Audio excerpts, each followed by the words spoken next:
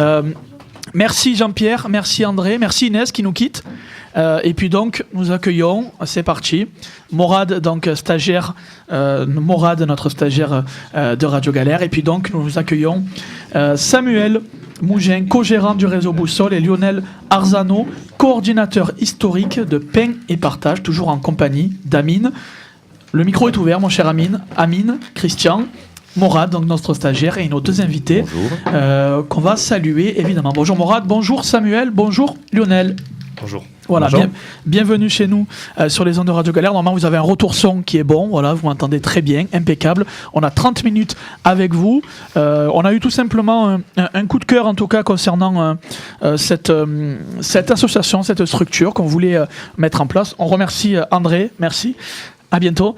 On souhaitait vraiment faire un coup de projecteur sur cette structure. Voilà, on va parler du réseau Boussole, mais de la structure Pain et Partage. Donc c'est un pain bio, un pain accessible, et puis surtout, on va parler des valeurs de la solidarité. Et ça, pour le coup, c'est très accrocheur et porteur chez vous. Je vais vous laisser la parole pour nous présenter votre structure, et puis Amine, Christian et Morad auront l'occasion de vous solliciter pour des questions. On commence peut-être par Samuel Mougin, co-gérant du réseau Boussole. Alors c'est quoi le réseau Boussole et que représente Pain et Partage ?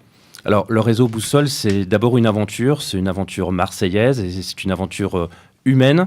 Boussole, c'est une cellule ingénierie et développement qui assure l'émergence et l'animation de boulangeries solidaires dénommées quant à elles Pain et Partage. Boussole, on peut expliquer pourquoi le jeu de mots boussole, là, il y a aussi quelque chose derrière là. Oui, bien sûr, Boussole pour la contraction de boulangerie solidaire. Voilà. Et pour nous, c'est une histoire de repères, de solidarité. Notamment, c'est des repères sur le territoire, mais c'est aussi des repères pour les femmes et les hommes que l'on accueille dans nos structures d'insertion par l'activité économique. D'accord, vous associez alors l'insertion avec le bon pain bio. Alors comment vous avez fait ? Pourquoi vous avez eu cette idée ? Et en plus de le mettre au niveau national, parce que c'est parti de Marseille, on l'a dit, et puis maintenant ça rayonne sur toute la France. Alors, pour répondre, je vais remonter le temps tout d'abord. Remontons le temps. Alors, l'association Pain et Partage est née à Marseille, comme je l'ai souligné, il y a un peu plus de 20 ans, sous un format qui était un format complètement différent de ce qui nous anime aujourd'hui et qui était un format humanitaire. C'est important de le rappeler, hein, la thématique humanitaire, parce qu'on va l'évoquer tout au long de l'émission avec l'aspect de valeur de solidarité, et c'est même l'essence même de votre existence, en tout cas au préalable, c'est sur cet aspect humanitaire. Alors évidemment derrière, oui, forcément, il y a l'aspect financier, on ne peut pas l'occulter, mais il y a vraiment cette inspiration au départ qui mérite d'être développée. Effectivement, le projet a forcément muté sur ces 20 dernières années, d'un projet humanitaire qui était à l'international avec la création de boulangeries en Roumanie. Aujourd'hui, un projet d'insertion par l'activité économique. Les cadres ont changé, les réglementations ont changé, les hommes parfois ont changé, mais les valeurs qui nous animent sont toujours les mêmes, des valeurs d'humanisme, de citoyenneté et de solidarité. Intéressant de le savoir, oui. On va laisser la parole à Lionel, qui est Lionel Arzano, coordinateur historique de Pain et Partage, et qui va nous parler un petit peu comment s'est développé le réseau, comment s'est développée la structure, et puis on aura l'occasion derrière de parler d'insertion, on parlera de solidarité, et puis le public qui est visé, parce qu'il est très large, ça passe des maisons de retraite, aux crèches, aux collèges, lycées, établissements médico-sociaux, enfin c'est très large, donc ça mérite d'être souligné. Lionel. Alors comme le soulignait mon collègue Samuel Mougin, il y a 2 Pain et Partage aujourd'hui à Marseille, et par le biais du réseau Boussole, on essaime en fait de l'expérience de l'association du 4e arrondissement vers d'autres villes en France. Donc aujourd'hui, comme le blé, vous essaimez la farine. Exactement. Vous maîtrisez bien l'art de la communication, je vois ça. Aujourd'hui, on compte 5 Pain et Partage. Il y en a 2 à Marseille, 1 à Montpellier, à Calais, 1 à Lyon et 1 à Calais. Oui. Exactement. Vous avez vu, on a bien bossé les dossiers. Hein. Voilà. Très bien.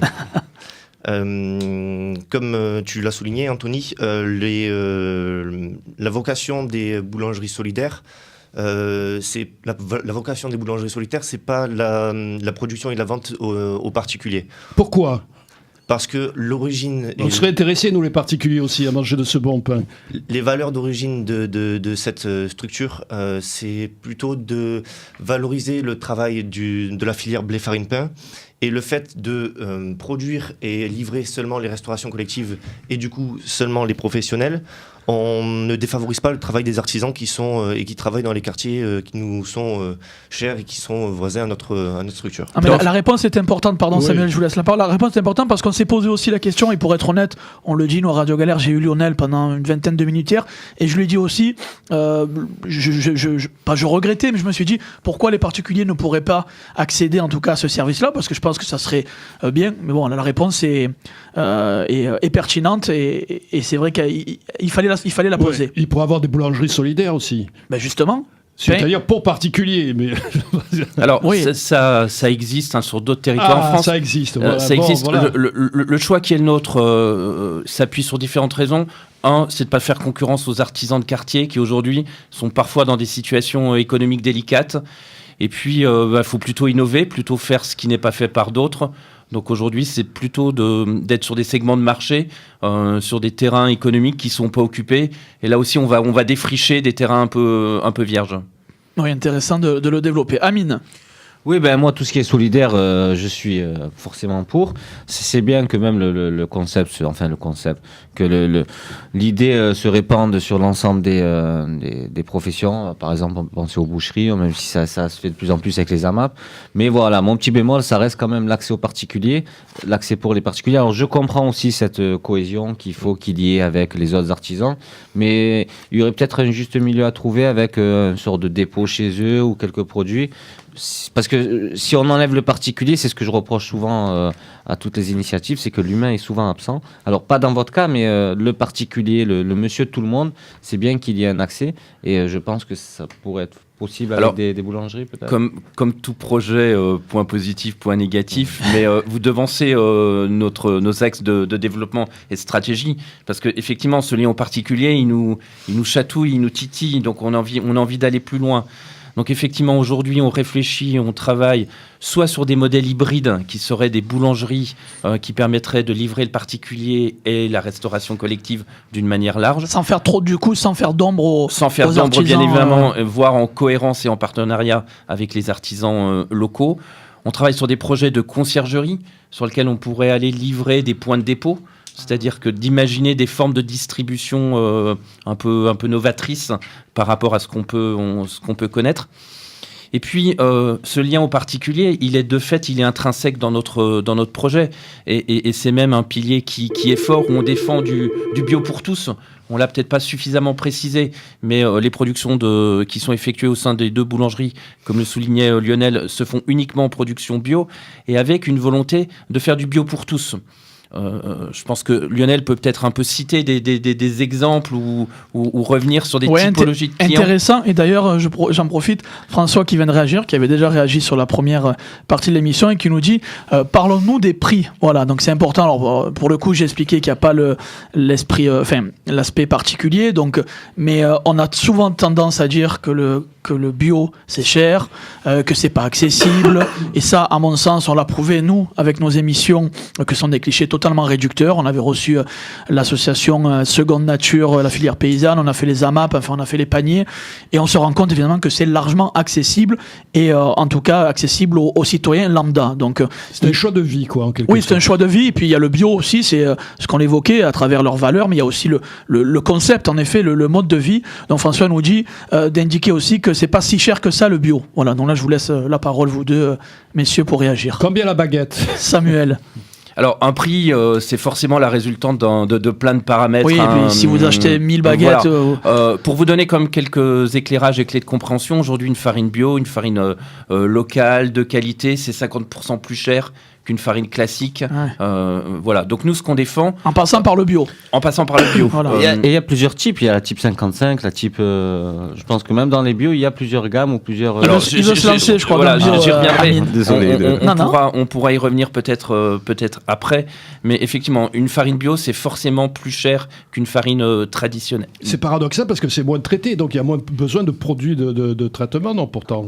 Oui, mais il y a moins de rendement. En réfléchissant, je sais Mais pas. ouais, Oui, mais vous soulignez le bon problème. Effectivement, dites-nous, là. ça coûte moins cher en termes d'intrants et d'additifs chimiques, Voilà. mais par contre, il y a un rendement qui est plus faible. C'est ça le problème, Donc, c'est le rendement. C'est le rendement, voilà. Donc, Il est plus naturel, le rendement. On pourrait, au lieu de dire plus faible, il est surtout plus naturel. il est comme plus rendement. naturel, bien Parce que le évidemment. rendement chimique n'est pas si naturel que ça. Il n'est pas naturel du tout.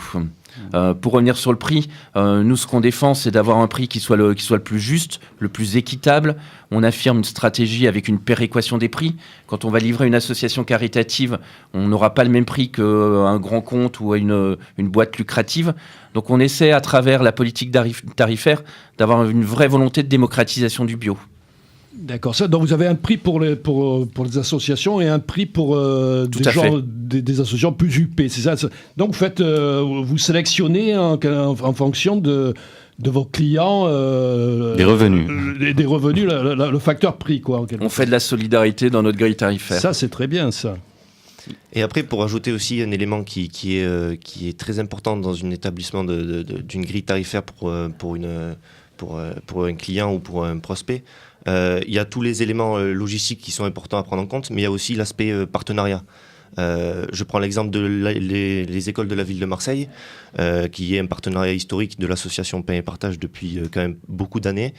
On essaie de tisser du lien et de sensibiliser du coup les consommateurs finaux qui sont les enfants de notre ville sur tout ce qui est l'environnement biologique, la filière blé farine pain et l'ensemble des acteurs qui y travaillent. On sensibilise justement ces consommateurs finaux par le biais d'ateliers qui lient une partie théorique, une partie pratique, où ils vont avoir l'occasion de mettre la main à la pâte pour justement découvrir le métier de la boulangerie, découvrir le métier de la boulangerie biologique. Ça veut dire qu'on livre du pain bio dans les écoles ? Alors, à ce jour... Alors, est-ce que ça se fait ou pas ? Moi, j'ai Et pas Morad entendu juste parler. derrière, Christian, qui souhaiterait agir. Oui, aujourd'hui, on livre à peu près un tiers des besoins des écoles de la ville de Marseille. Ce qui est quand même très bien, parce que... Ça, ben voilà, je l'apprends et les auditeurs sans doute doivent l'apprendre parce qu'on ne sait pas qu'il y a du pain bio dans les écoles. Mais c'est vrai que ça avait été aussi un argument pour certains maires à l'époque qui souhaitaient tout simplement briguer un mandat de maire, en indiquant notamment que dans les écoles de Marseille, on allait promouvoir le bio, donc ça pouvait séduire un électorat. Et moi, je me disais, bon, à la limite, ça fait partie de la campagne de com. D'ailleurs, ça avait du mal à se mettre en place de manière, j'allais dire, régulière. Donc là, vous le confirmez, ça fait quand même combien, un tiers des produits, c'est ça ? Donc oui. c'est quand même pas mal, en espérant que ça devienne, que ça devienne de plus en plus populaire et démocratique. Morad, qui est notre stagiaire à Radio Galère, qui est intervenu hier dans l'émission d'Amine de 8 à 9 et qui intervient de nouveau ce matin pour alors non, le terme est mal choisi, pas interpeller, mais pour poser des questions à nos invités, je le rappelle, de Pain et Partage, Lionel et Samuel. Oui, alors moi j'ai une question pour vous, Samuel Mougin. Donc vous l'avez dit, votre positionnement c'est pas le particulier, c'est la boulangerie industrielle. Et vous à la base d'ailleurs vous n'êtes pas boulanger, vous êtes chimiste, si je me trompe pas. C'est bien ça. Bien étudié le dossier. Bien bossé le dossier. Ça c'est un bon stagiaire. D'ailleurs je pense que le stagiaire je vais l'embaucher, vous virez vous. Et toi aussi on va te virer aussi. Parce que tu es mal informé. Ah si, alors moi je savais pas qu'il était chimiste, mais par contre je sais d'autres choses que je révélerai. Vous êtes chimiste et pourtant à une interview pour Radio FM+, vous avez dit que l'un de vos objectifs c'est de retrouver, de réussir à faire du pain comme on le faisait il y a 20 ou 40 ans. Pour autant, est-ce que cette volonté de retrouver les gestes du boulanger, donc de travailler avec des produits bio sans additifs, est-ce qu'il est possible quand on se positionne dans le domaine de la boulangerie industrielle et quand on voit justement comme on voit dans votre vidéo de présentation, ces gros ateliers avec énormément de salariés, beaucoup de machinerie et ce genre de choses? Alors vous soulignez tout l'enjeu de notre projet, qui est un projet qui est un projet qui est global. On parle du pain, mais dans notre projet, il n'y a pas que du pain. Il y a de l'homme, il y a du territoire, il y a du terroir. Oui. Voilà, c'est un projet qui est global. Donc il faut, à travers nos organisations et nos organisations du travail aussi, de fait, les ateliers que vous avez pu voir, avoir une organisation qui permette de concilier l'ensemble de ces paramètres, du volume, parce qu'effectivement, on va produire à destination de la restauration collective. Mais quand on dit restauration collective, Lionel le soulignait, on livre aussi bien des crèches, quelques pains, à un tiers des écoles de la ville de Marseille. Donc il faut pouvoir assurer 7 jours sur 7 cette production. Il faut pouvoir assurer notre mission d'insertion par l'activité économique. Donc de fait, avoir une organisation logistique et productive adaptée pour des personnes quand elles arrivent qui ne connaissent rien au métier de la boulangerie, voire qui n'ont pas travaillé, qui n'ont plus de repères, pour lesquels il faut mettre en place une pédagogie et une organisation du travail adéquate. Avec une insertion sociale, oui. Alors c'est un des aspects solidaires de notre projet. Et puis, vous le soulignez, ce caractère chimique. Nous, ce qu'on défend, c'est de produire du pain qui soit bio, on l'a souligné, mais qui soit bio sans additifs ni améliorants. Alors, je vais peut-être faire une petite parenthèse technique qui est peut-être un peu complexe, mais qui est intéressante pour l'auditeur, me semble-t-il. C'est qu'aujourd'hui, dans le monde du bio, on voit plein de choses, le tout et son contraire. Aujourd'hui, dans une farine bio, le législateur a prévu d'y intégrer autant de chimie que dans une farine classique. Vous pensez acheter une farine bio et vous dites parce que c'est bio, c'est sain. Pas forcément. Nous, le choix qui est fait au sein des boulangeries Pain et Partage est de développer et d'utiliser des farines qui sont locales et qui sont sans additifs. C'est-à-dire que dans l'ensemble du processus de fabrication dans les labos de production de Pain et Partage, on n'y met que de l'eau, de la farine, du sel et de la levure. Et pas d'acide ascorbique, pas d'amylase, on n'y rajoute pas de gluten, rien du tout. Donc toute cette organisation... des produits sains, ça fait du bien quand que même. Du sain. Ouais. Donc toute cette organisation, elle doit être réglée comme du papier à musique, ce qui nécessite une organisation et des labos de production et des hommes aussi pour encadrer les équipes qui soient des pros et qui soient, je dirais, engagés dans leur métier. Je crois que la question de Mourad aussi, c'est est-ce qu'on peut faire du bio de façon industrielle? C'est ça, je crois que peut-être aussi. Parce que souvent, quand on pense au bio, on pense petit artisan, petite boulangerie ou autre chose. Et de façon industrielle, on peut produire du bio qui soit de qualité. C'est peut-être ça aussi qui est derrière. Ce qu'on défend, c'est que nous sommes avant tout des artisans. Nous avons une organisation et une volumétrie industrielle, ou j'ai envie de dire semi-industrielle, mais nos boulangeries restent des boulangeries artisanales parce que tout est fait sur place. On pétrit, on cuit, toutes les étapes et tout le processus de la boulangerie est effectué dans nos murs. Nous ne sommes pas des terminaux de cuisson, on ne fait pas de pain pré-cuit. Donc l'ensemble des étapes de la fabrication sont bien gérées dans les boulangeries Pain et Partage. Donc c'est le challenge, nous, c'est d'avoir une qualité qui soit une qualité artisanale, mais dans une logique de démocratisation et d'accès au plus grand nombre, d'où le versus, enfin la version, je dirais, restauration collective. Après, juste une question, ça serait pas aussi un non-sens de faire du bio à grosse échelle, à échelle industrielle, ou faire du bio à échelle industrielle, c'est peut-être un paradoxe, mais je veux dire faire du bio sur le modèle actuel de la grande distribution. Parce que le bio a quand même une vocation à rester dans quelque chose de naturel, et aussi par rapport à l'échelle, donc ça doit rester quelque chose à échelle humaine. Dès qu'on sort de ces registres-là de grande quantité, est-ce que ça peut se tenir encore ? Je crois que c'est ce qu'on veut prouver. On est, alors je sais pas si c'est français, mais on veut forcément opposer. On oppose l'industriel et l'artisan. Et oui, c'est une image, voilà, c'est souvent une image. Voilà. Nous, ce qu'on veut défendre, c'est qu'on peut faire du volume et de faire de la qualité. Et je crois qu'il faut pas. On pourrait. Alors c'est pas forcément le cas chez les boulangers, mais vous pouvez avoir des artisans qui ne font pas forcément un travail de qualité et des industriels qui font un travail exceptionnel sur le produit, sur l'éthique, sur le sens et les valeurs. Voilà, je crois qu'il ne faut pas être aussi, si vous me permettez, aussi binaire.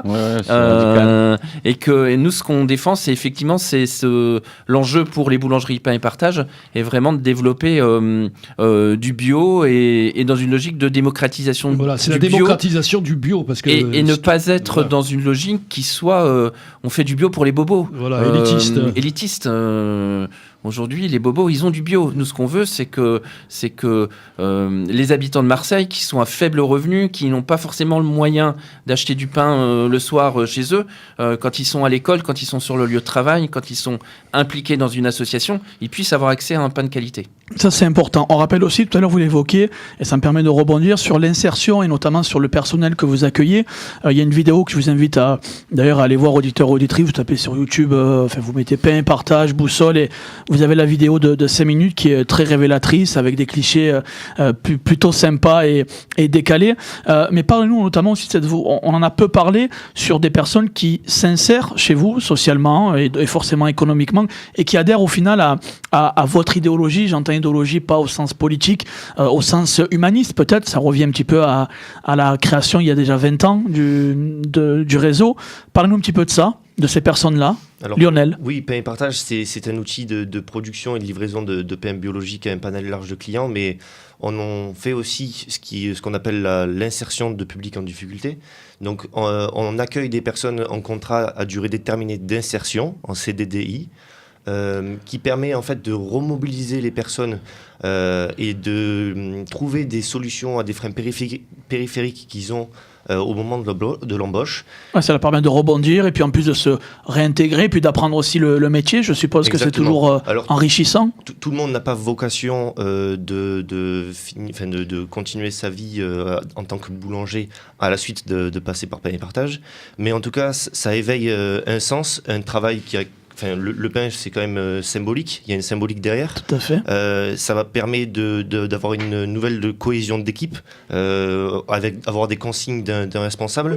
Voilà. Donc toute cette partie-là, ça améliore en fait et ça leur permet d'apprendre un savoir-être et un savoir-faire qui leur permet du coup de trouver un emploi durable à la suite de leur contrat Pain et Partage. Tout à l'heure, vous parliez de votre volonté de vouloir faire un pain comme il y a très longtemps, de ce retour aux sources. On a parlé il n'y a pas très longtemps d'un monsieur qui s'appelle Pascal Poud, je ne sais pas si vous le connaissiez, qui est dans l'Hérault, qui lui a trouvé un moyen de revenir à la graine originale du Moyen-Âge avec un système de remontée dans le temps, de putréfaction. Est-ce que c'est possible avec le blé Non, alors, il y a tout un travail... Samuel le chimiste, là, pour le coup, qui intervient. Attention, on va croire qu'il est dans la drogue. Et Mourad derrière. Il nous reste 10 minutes avec nos invités de Pain et Partage. Alors, on a souvent pour habitude de dire que Pain et Partage fait du pain, mais pas que. Alors, il y a toute cette volonté de solidarité et d'insertion qu'on a pu évoquer, mais il y a tout ce travail aussi avec les acteurs de la filière. Donc, on a des partenaires qui sont des partenaires privilégiés sur le territoire, notamment Stéphane Pichard, Moulin Pichard, qui est à Malijai, dans le 04, Alpes de Haute-Provence, qui est lui un alchimiste. Hein, il est minotier artisanal. Sa famille est dans la meunerie depuis 7 générations. Donc c'est pour nous, je dirais, l'interface avec les agriculteurs. Aujourd'hui, on a une réelle traçabilité du grain de blé, du champ de blé jusqu'au palais du consommateur. Tout le travail qu'on a conduit alors avec Stéphane Pichard, avec des agriculteurs, avec des réseaux comme Agribio 04, Agribio 13, Bio de Provence, c'est de travailler sur la filière et travailler sur, je dirais, le modèle économique de la filière, mais aussi sur les pratiques culturelles des agriculteurs. Parce qu'on ne fait pas du pain bio comme un pain classique, mais on ne fait pas du blé bio non plus comme un blé traditionnel et conventionnel. Donc il y a eu tout un travail de recherche agronomique sur le choix des variétés et sur les pratiques culturelles des agriculteurs. Alors, on essaie d'avancer au maximum. Il y a des choses qui sont techniquement impossibles de retrouver des variétés anciennes, mais il y a aussi des choses qui sont juridiquement impossibles, parce qu'aujourd'hui... C'est breveté, c'est ça, il y a des brevets sur certaines cultures et sur certaines graines. Et des interdictions aussi. Ah oui, il y a des interdictions, effectivement, de pouvoir commercialiser certaines semences, que ce soit sur le blé, mais sur la tomate. Voilà. Moi, j'ai une petite question sur le côté du coup solidaire et l'emploi. Est-ce que, donc vous l'avez dit, vous n'engagez pas de boulanger, vous engagez des personnes qui ont des difficultés économiques, des difficultés sociales, professionnelles, et vous leur apprenez le métier de boulanger. Moi, je trouve ça formidable. J'aimerais juste savoir s'ils ressortent ensuite avec un diplôme. Alors, à ce jour, non. C'est-à-dire qu'on n'est pas organisme de formation, on n'est pas habilité juridiquement à transcrire un diplôme. En tout cas, à travers le réseau Boussole, ça fait partie des axes prioritaires de développement, de pouvoir assurer une ingérie de formation qui soit qualifiante ou préqualifiante. Reconnue, pour le coup. Reconnue, qui leur permette d'avoir quelque chose de valorisant pour la suite du parcours. Ce travail, il se fait en lien avec des CFA, avec des acteurs de la profession. C'est vraiment un travail multipartenarial. Parce que, je dirais, les publics ont évolué, parce que les parcours de professionnalisation ont évolué. Aujourd'hui, c'est le parcours du combattant. Hein. Se former quand on est en situation de travail, c'est compliqué. Et puis parce que le monde de la boulangerie, il a aussi évolué. On parlait de l'artisan, mais aujourd'hui, on retrouve des boulangers dans de la grande distribution, dans des terminaux de cuisson. On a aussi de la porosité, tous les métiers de l'agroalimentaire, sur lesquels on trouve beaucoup de points d'ancrage et de points communs avec le métier de la boulangerie. Donc oui, effectivement, aujourd'hui, et c'est le boulot du réseau Boussole, c'est pouvoir développer de l'ingénierie de formation qui permettent d'accompagner les publics et de leur apporter un bagage supplémentaire. C'est un de vos Merci objectifs. Morad. D'accord. Intéressant les questions. Oui, Christian et Amine, pour conclure, il nous reste 5 petites minutes. 5 Je le petites rappelle à minutes. nos auditeurs, on est en direct avec la pain et partage du réseau Boussole, Samuel Mougin, co-gérant du réseau Boussole, et Lionel Arzano, coordinateur de pain et partage. Moi, je reviens sur les écoles. Est-ce que vous touchez toutes les écoles? Puisqu'on sait que Marseille, on parle des quartiers sud, on parle des quartiers nord, donc on dit qu'il y a des populations qui sont un peu diverses. Est-ce qu'on peut manger du pain bio dans les quartiers nord, qu'aussi bien que dans les quartiers sud de Marseille, ou c'est réservé à certaines écoles qui, justement, ont fait cette démarche parce qu'ils sont peut-être plus au sens du bio, plus sensibilisés dans ce domaine? Comment ça se passe? Ça, c'est pour les auditeurs qui peut-être vont se dire je vais mettre mon enfant dans une école où on mange du pain bio, tant qu'à faire. Alors, On devrait goûter d'ailleurs, on regrette, on aurait dû vous faire une petite commande de pain ce matin, on aurait goûté le pain. Je vais essayer d'être neutre et d'apporter toute la transparence nécessaire à l'auditeur. Aujourd'hui, l'ensemble des écoles de la ville de Marseille mangent du pain bio. L'ensemble des écoles de Marseille, Oui. Ça c'est un scoop. Mais malheureusement, seulement un tiers des écoles mangent un pain et partage. Qu'on se défend bio, local et solidaire. Et vraiment, l'enjeu pour nous, et l'enjeu, il est sur du court terme, il est 2018. Il y a une renégociation du marché public de la ville de Marseille. L'enjeu pour pain et partage, pour pouvoir fournir de la qualité et du sens aux petits Marseillais, c'est que pain et partage puisse assurer l'ensemble de la fourniture du pain bio, local et solidaire à toutes les écoles, et bien évidemment non discriminante entre le nord et le sud. C'est ce qu'on vous souhaite évidemment. On rappelle que vous avez 2 boulangeries, donc une qui se situe à la Timone. J'ai pas l'adresse exacte, peut-être Lionel ou Samuel, l'adresse de la Timone, pardon. 5 rue Antoine Ponce, juste à côté de la gare d'Ablancarde. Voilà, côté de la gare d'Ablancarde. Et donc une autre, justement, pour aller dans votre sens, par rapport au fait qu'il n'y a pas de différenciation entre la fracture fameuse qu'on nous fait d'ailleurs depuis un certain temps entre le nord, enfin quartier nord et quartier sud.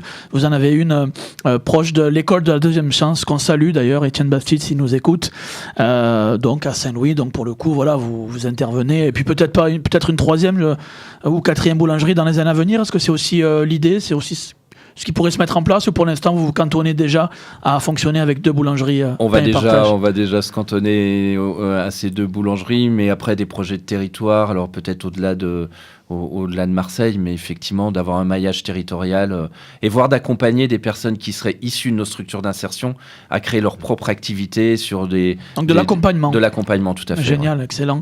Il nous reste 3 minutes. Amine, peut-être, qui souhaitait réagir. Juste que moi je suis toujours partant pour tout ce qui est solidaire. Alors c'est vrai que c'est un bon combiné entre une volonté personnelle de faire un produit de qualité, de ne pas être seul dans sa bulle, parce que c'est vrai que des fois on a de très belles initiatives, mais c'est un peu des fusées qui partent seules dans leur coin. Je trouve que c'est un beau concept qui met en avant beaucoup de choses, de la qualité, des produits sains et l'humain. Et je pense que l'humain apparemment a une grosse part dans votre projet. Et c'est ce qui, pour moi, enfin à mon sens, c'est ce qui lui donne sa plus grande importance et plus d'amplitude. Donc super pour moi. J'ai toujours en général des petites réserves, mais là non. Ok, merci. On va pas s'en plaindre.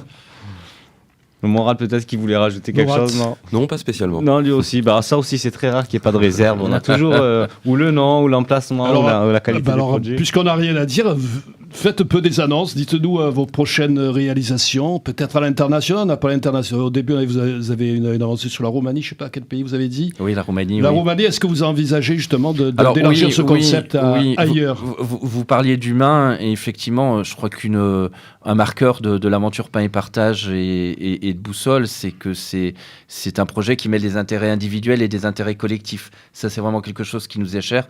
Et forcément, dans l'individuel, on a chacun des rêves, on a chacun des projets les plus fous en fonction de ses sensibilités. Mais on est convaincu que de retourner, donner une dimension à l'international, ça fera partie des projets, alors peut-être de 5 ans à 10 ans, peut-être en Europe, en Amérique du Sud, au Brésil. Enfin voilà, on a des rêves, on a des pistes. De l'autre côté de la Méditerranée. De l'autre côté de la Méditerranée, bien évidemment. En Asie, où ils commencent à apprécier le pain un peu plus. Oui, c'est pas dans les mœurs. Les projets dans nos têtes, ça bouillonne. Ils foisonnent, effectivement. Je crois que sur nos projets court terme, c'est vraiment d'ancrer, avec cette deuxième boulangerie sur Marseille, d'ancrer dans le territoire, cette volonté d'être en lien avec des associations caritatives, des établissements médico-sociaux, des entreprises, vraiment de créer cette dynamique, d'étoffer notre panel de clients. Et puis de faire que ce projet, il soit un projet fort, un projet citoyen, et bien de le rappeler, un projet marseillais. Alors, si je suis directeur d'un établissement, par exemple d'un EHPAD ou je ne sais quoi, si je veux que les personnes qui sont dans mon établissement mangent du pain bio, qu'est-ce qu'il faut que je fasse? Alors, c'est tout simple. Alors, dites-nous le... Il faut nous appeler au 04 91 34 93 07. 04 91 34 93 07. Et on sera vraiment attentif à vos demandes. Voilà, c'est aussi simple que ça. Puis vous aurez aussi les conditions de prix sont abordables aussi pour toute structure. Presque toutes. Presque toutes. C'est-à-dire vous avez aussi des prix pour des structures qui sont moins favorisées. Aussi oui, effectivement. Voilà, donc n'hésitez pas, appelez. Comme ça, c'est aussi un axe intéressant, cette adaptation en fonction des budgets de chaque structure. Oui, ça c'est très important. De ne pas avoir un produit fixe avec un tarif fixe et finalement c'est à l'autre de s'adapter. C'est aussi un révélateur de votre projet et du sens que vous y mettez, quoi. Et peut-être pour compléter, on travaille actuellement sur une réflexion de se dire comment un pourcentage du chiffre d'affaires qui serait dégagé auprès de certains clients pourrait venir abonder un pot commun, j'ai envie de dire, qui pourrait permettre à des structures qui sont moins à l'aise financièrement et parce qu'elles ont une mission vraiment d'utilité sociale, qu'elles accueillent des personnes vraiment en grande difficulté, de pouvoir accéder à un pain bio et de qualité. Ouais, le cœur sur la main. Le cœur sur la main, comme tu l'as dit. Eh bien, je crois qu'on arrive au terme de cette émission. Tony, qui est occupé, qui nous a abandonnés. Nous a abandonnés. Bon, et on va continuer, on en profite, puisque vous êtes toujours là. Économiquement, comment est-ce que vous en sortez? Parce que justement, pour faire 2 prix comme ça par rapport aux structures qui font une demande, est-ce que économiquement, c'est viable? Puisque on sait que c'est quand même assez cher, ces farines... Alors, ce projet reste un projet entrepreneurial, reste un modèle qui pour le moment a été un modèle hybride, qui a en tout cas son émergence et son déploiement a été possible grâce au soutien de partenaires publics ou partenaires privés. Voilà, donc c'est ce qu'on veut savoir, si le public et le privé intervient aussi là-dedans, c'est pas alors, du privé. se sont intervenus sur la phase... Il y a des subventions, c'est ce que vous voulez dire. Il y a de la subvention, mais qui était de la subvention sur une phase d'émergence et expérimentale, j'ai envie de dire, mais sur lesquels on tend sur un projet, effectivement, qui s'autofinance. On a des aides parce que on remplit une mission. Parce qu'il y a l'insertion. Parce qu'il y a l'insertion, mais aucunement les aides viennent se substituer au mode de fonctionnement et au prix de la farine. Les aides sont bien sur notre mission d'insertion, mais pas sur notre modèle économique, ce qui serait complètement déloyal vis-à-vis du marché. Tout est bien séparé. Voilà. Tout est bien séparé, tout bien clair dans nos têtes et dans nos pratiques. Voilà, c'est un éclaircissement pour nos auditeurs, mais c'est vrai que l'économie, l'argent, tout ça, il faut toujours avoir un petit coup de projecteur pour être bien sûr où on va. Moi, j'avais juste une petite question. On parle souvent des graines génétiquement modifiées. Alors en France, on va conclure, mon cher Amine. Une petite minute pour conclure. On est pour l'instant plus ou moins protégé. Mais apparemment, Monsanto aurait une grosse part de marché sur les graines non modifiées.